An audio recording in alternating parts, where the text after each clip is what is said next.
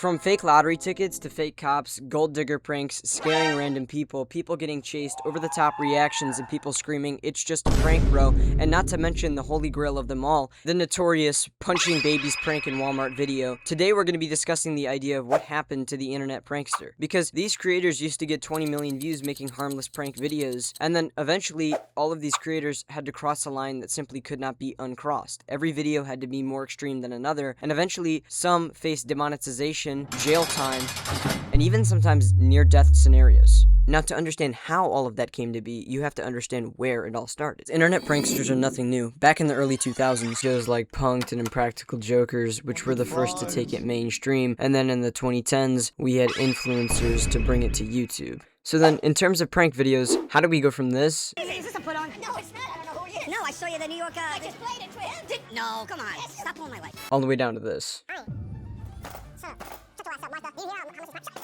I got this.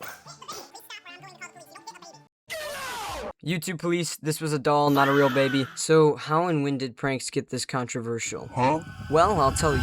Starting with creators like Sam Pepper, Roman Atwood, and other 2010s creators, we had the fake hand prank. This prank was where Sam Pepper would approach women, what he called random strangers, with a fake hand tucked in his sleeve and touch them inappropriately, without their consent, and then claimed it was okay because it was a fake hand. Hey yo, what the fuck? Got their reactions on video and then posted these online. After receiving massive backlash, he later revealed that these were paid actors and actresses, and all of the content was staged. Which, I mean, that makes it better, right? Roman Atwood put his son on a four-wheeler and sent him off of a ramp. Now, the video was staged to make it look like he had suffered a fatal accident, and all of this was to get the wife's reaction, traumatizing the crap out of her. Since this was staged, the kid was totally okay. And because this guy posted this on the internet, massive backlash. However, this didn't stop creators from making controversial content, because the more controversial the video, the more the likes and views. And some people did not stage content. Some people were really out here dressing like terrorists and throwing backpacks at random strangers and having them think it's a bomb. And when people did stage content back then, it was absolutely horrendous, like paying two actors to kidnap one another in front of random strangers to get their reactions. The crazy part was, not every example of this prank happening. They were able to talk to the stranger afterwards and tell them it was a prank, show them the cameras. Some people are really walking around out here thinking they witnessed a third-degree felony. Like, this isn't just pouring shampoo on someone who's taking a shower so they can never get the soap off, or dumping water on somebody's head. This is people walking around thinking that there's crimes being committed all willy-nilly. And some people don't get their validation in their accomplishments in themselves or friends or family. They get it from random strangers on the internet, and they're willing to traumatize their children for it.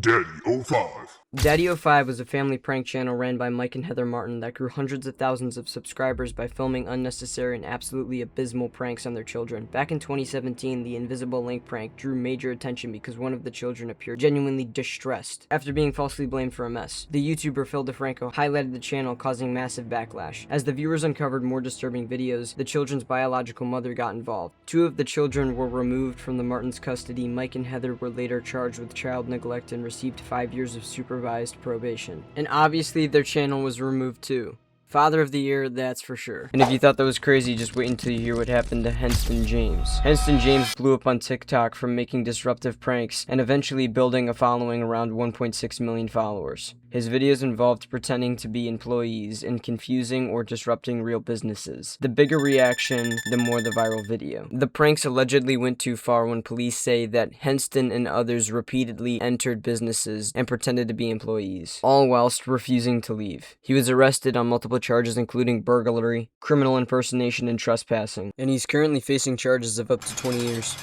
Now, you might think 20 years is kind of crazy just for some internet pranks, but you have to understand that it's sort of a perpetual issue, because these internet pranks started over 20 years ago at this point, and they've progressively gotten worse and worse and worse. And if they don't crack down on somebody and make an example, if it isn't already, soon it's going to be outright chaos. And even with the hard legal punishments for these extreme online pranks, there's still thousands of creators, some that you probably haven't heard of, that are pushing the boundaries of what's acceptable to try and go viral. One of them is Amir Hudgens on August 12th, 2026 in Philadelphia, wearing a Halloween-style doll mask similar to the character Chucky. In a 15 to 20 minute period, chased women up and down Center City, Philadelphia, targeting around at least 16 people.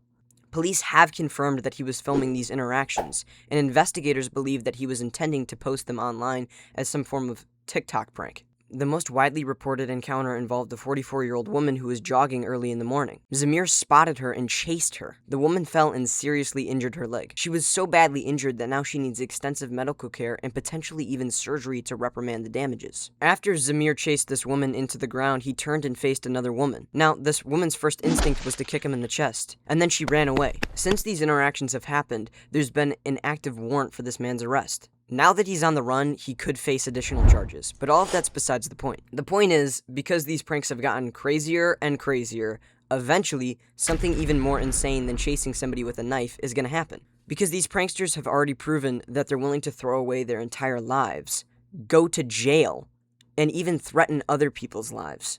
All for internet clout. And most of the time, because these creators get so much backlash, they end up getting demonetized. So my question is, why do they care about the internet clout so much?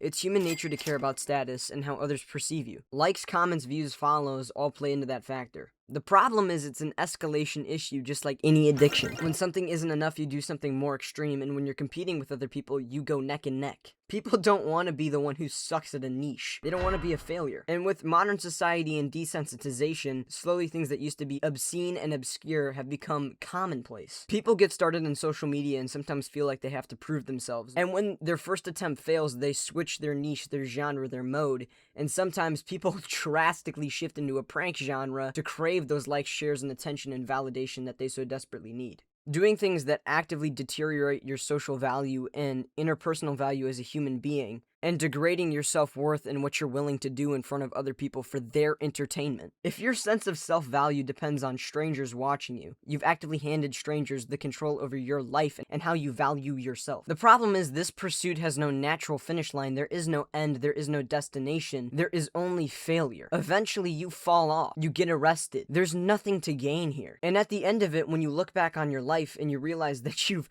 thrown away your self-worth in the eyes of others just to entertain them, a viral success for the wrong reasons, it's hard to escape that. However, it's something so avoidable because you don't have to go out and prank strangers. Don't be like these guys. Don't throw your life away, dude. It's not worth it. And with all that being said, good morning!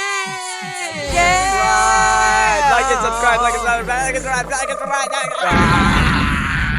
subscribe. Master do. And special shout out to Skiddos for making this thumbnail. This is amazing, dude. Everyone should go check out his content. He makes excellent commentary videos. Join the Discord. Did it all for the nookie, the nookie, the nookie. I did it all for the nookie, the nookie, the nookie.